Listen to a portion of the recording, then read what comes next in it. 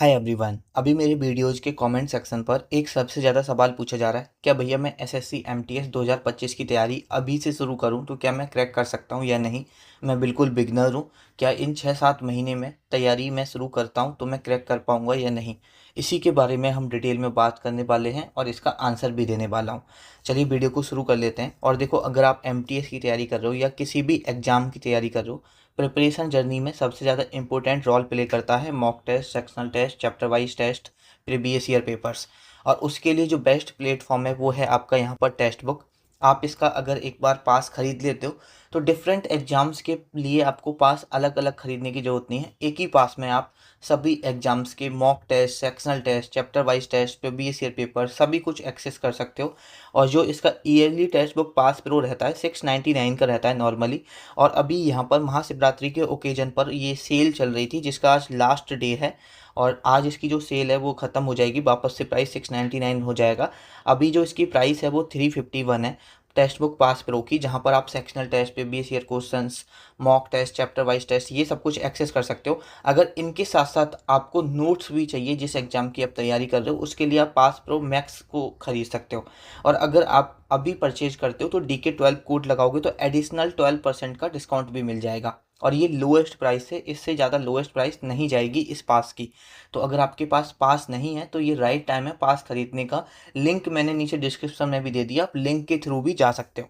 अब यहाँ पर हम बात कर लेते हैं, क्या अगर आप अभी से तैयारी करते हो तो 6 महीने में एग्ज़ाम को क्रैक किया जा सकता है या नहीं किया जा सकता। तो इसका आंसर है यस और डेफिनेटली यस। इसमें 1% डाउट ही नहीं है कि 6 से 7 महीने में एसएससी एमटीएस 2025 को क्रैक किया जा सकता है या नहीं। 100% क्रैक किया जा सकता है। अब देखो, यहाँ पर एक चीज़ मैं पहले ही क्लियर कर दूँ, किसी भी एग्ज़ाम की अगर आप तैयारी करते हो तो 5 से लेकर 10% उसमें लक भी मैटर करता है। और ख़ासकर एसएससी एमटीएस में, क्योंकि यहाँ पर जो आपका सिलेक्शन है वो जीएस और इंग्लिश के बेसिस पे होता है। तो यहाँ पर हमें ये चीज़ भी ध्यान रखनी है, ये लक जो मैटर करता है ये तो बिगनर्स के साथ भी करेगा, ये जो रिपीटर्स हैं उनके साथ भी करेगा। अगर कल को किसी का दिन थोड़ा सा ख़राब होता है जिस दिन पेपर जा रहा है, तो वो चाहे 2 साल से तैयारी कर रहा है, चाहे आप 6 महीने से तैयारी कर रहे हो, लक तो फिर दोनों के साथ डेफिनेटली उतना ही साथ देगा। अगर किसी का पेपर ख़राब होना होगा तो वो 3 साल से तैयारी कर रहा होगा तब भी उसका पेपर ख़राब हो जाएगा। अब बात यहाँ पे बस ये आती है कि 6 से लेकर 7 महीने सफिशियंट हैं इस एग्ज़ाम को क्रैक करने के लिए।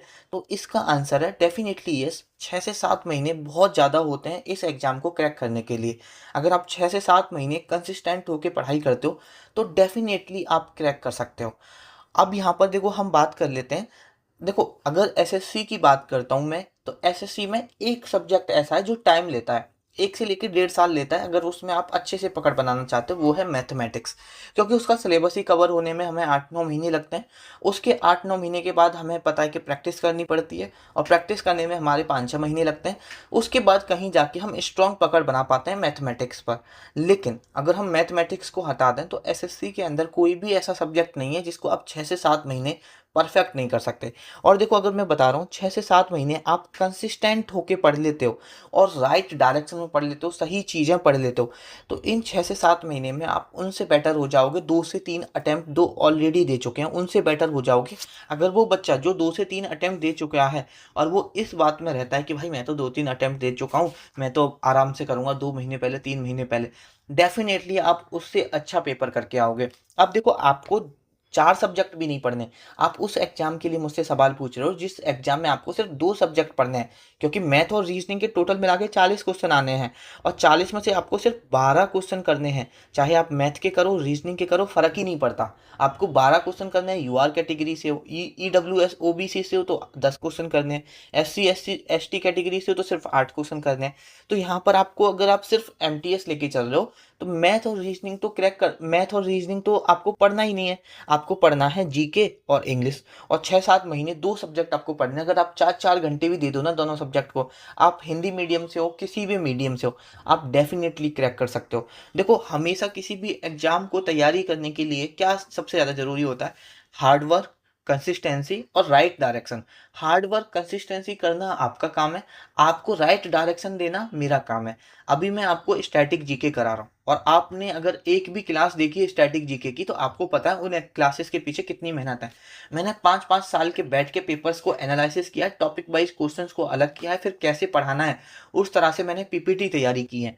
वैसे ही मैं आपको एमटीएस के लिए हिस्ट्री पढ़ाने वाला हूँ, ज्योग्राफी पढ़ाने वाला हूँ, आपको राइट कंटेंट देने वाला हूँ। और यहाँ पर व्हाट्सएप पर मैं आपको डेली टारगेट भी दे रहा हूँ। जो हम पहले डेली टारगेट फ्री था वो अभी, जो पहले पेड था वो अब बिल्कुल फ्री कर दिया है।